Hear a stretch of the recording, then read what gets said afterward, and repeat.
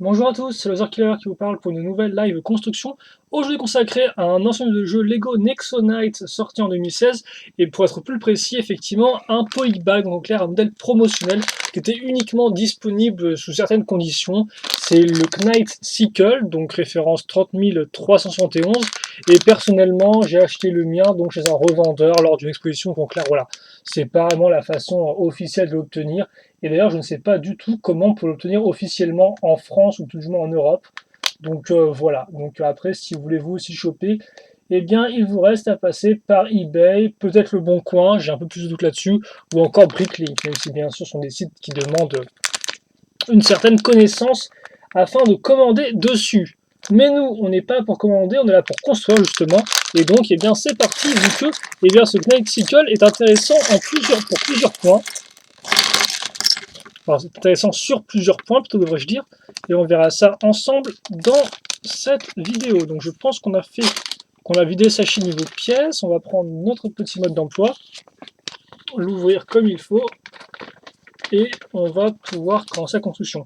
Donc ce n'est pas la première fois que vous voyez un modèle promotionnel sur la chaîne en live construction. Je vous rappelle que vous avez aussi vu donc le Robin's Fortress, c'est Shadow qui l'avait fait à l'époque avec le Starter Pack Nexonite, si je ne dis pas de bêtises, voilà. Et il faut savoir qu'il y a aussi deux autres modèles, si je ne dis pas là encore de bêtises. Un troisième donc consacré aux chevaliers avec une sorte de petite baliste, et un autre qui est plus un véhicule pour les monstres. Voilà, un véhicule ou là encore une arme de défense pour les monstres. En attendant, nous, c'est une moto qu'on fait aujourd'hui, et donc on va commencer avec une 2x3. Alors, là encore, il va falloir que je voilà, mettre ça en place, comme ceci. Donc 2x3, puis brique 1x6 avec des trous techniques. Là-dessus, je case cette pièce-là afin de renforcer l'accrochage avec mes deux pièces. Puis, je place deux pièces 1x2, et comme vous pouvez le voir, un des deux tenons sera utilisé, entre guillemets, sera pris pour une partie pentue. Ensuite,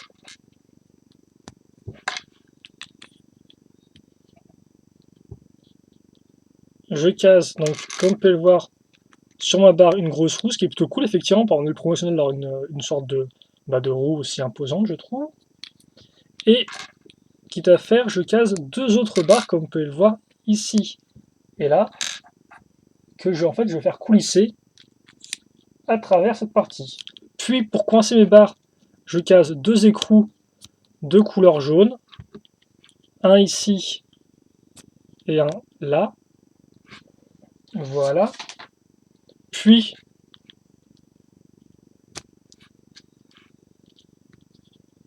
je mets des écrous là, et je mets d'autres pièces techniques comme qui n'ont pas des écrous à ce niveau-là. Alors elle, par contre, ce qui va être intéressant, effectivement, c'est le fait qu'elle ait deux trous cruciformes. Donc il va être rigolo de voir si on va utiliser le second, ou sinon, ce sera juste là pour faire la décoration. Voilà. Et ensuite, on va terminer tout ça, entre guillemets, avec une autre roue. Donc en fait, on fait pareil, hein. On case une grande barre, on fait coulisser, on referme avec une autre pièce en T, je referme ici, et voilà. Et donc justement, je vais utiliser mes trous, ça va être pour caser des sortes de... Alors je sais pas si c'est des roquettes, des réacteurs, peut-être plus des réacteurs donc, faites grâce à une pièce de cornet de glace et un cône, que je vais mettre ici, comme ceci. Je fais ça x2, voilà. Et puis ensuite, à l'avant, alors déjà, ce que je vais faire, c'est que je vais caser ça ici. Et effectivement, ensuite, je vais mettre à l'avant ces deux pièces-là. Donc en fait, des petites pièces de lanceur accrochées à une 1x2, enfin directement moulées sur une plaque 1x2. Je vais relier tout ça avec des pièces, comme vous pouvez le voir, qui font l'angle. Ensuite, je mets ce petit bouclier ici. Donc forcément, là, ça prend vraiment un bouclier Nexonite, c'est un scanner, c'est juste la pièce toute simple. Je case mes petites gâchettes pour pouvoir lancer bien, mes tenons sur le pistolet. Donc, je les mets ici et là. Voilà, d'ailleurs, je vois que Lego m'enfile 3 en tout en plus, ce qui est un peu bizarre. Et ensuite, eh bien, il ne me reste plus qu'à faire la figurine. Donc un soldat royal. Et effectivement, ce modèle-là est assez intéressant aussi pour ça, c'est le fait que les soldats royaux, eh bien, quand on y repense, on n'a pas tant que ça, car oui, on les a dans les deux modèles entrée de gamme de cette première vague 2016 Nexo-Knights, donc à savoir le Knighton Battle Blaster ainsi que la catapulte du chaos. Mais après, eh bien, on les retrouve nulle part, ce qui est aussi un peu normal, et forcément, vous préférez sûrement avoir les chevaliers, hein, massifs, etc.,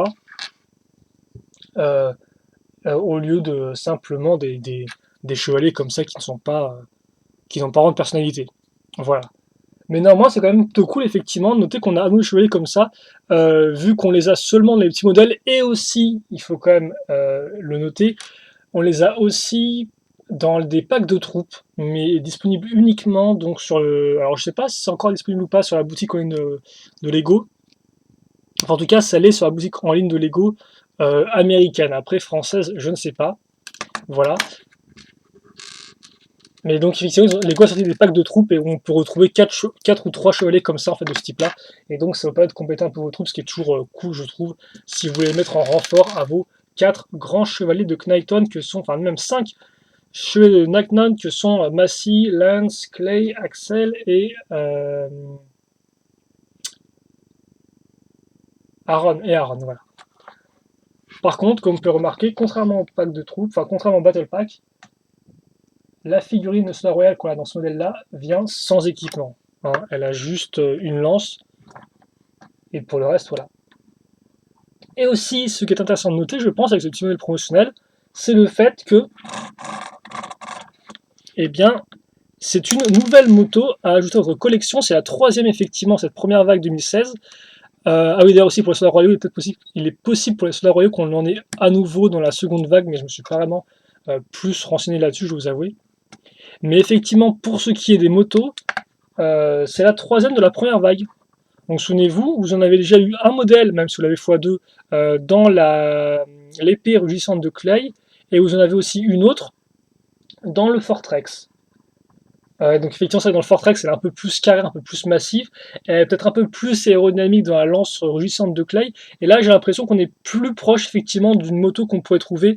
Alors c'est bizarre en fait, parce que dans la forme comme ça, je revois, c'est plus l'épée rugissante, je trouve, mais en termes de largeur avec ces pièces-là, comme ça et tout, ça me fait plus penser effectivement à la moto qu'on a dans le Fortrex. Après, j'aurais bien aimé vous les montrer côte à côte l'une de l'autre afin que vous puissiez comparer, parce que j'aime beaucoup faire des comparaisons. Hélas, je n'ai pas les motos avec moi sous la main.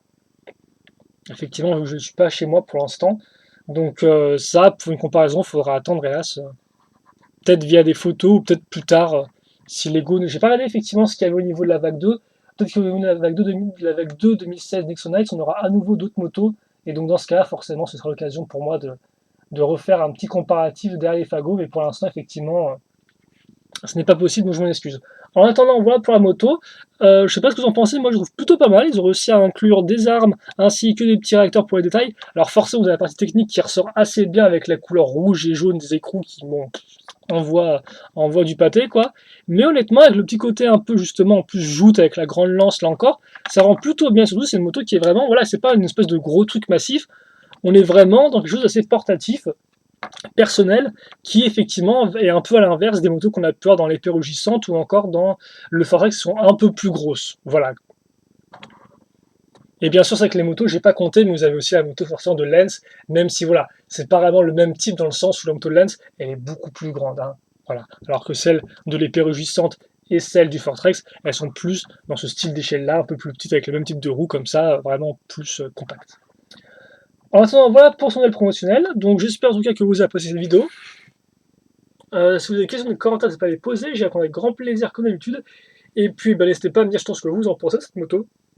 Si vous la trouvez pas trop mal ou pas, aussi n'hésitez pas à me dire ce que vous en pensez par rapport au polybag de Robin, si vous préférez celui-là à la moto, au Fortrex de Robin ou pas, voilà, ça peut être intéressant comme discussion.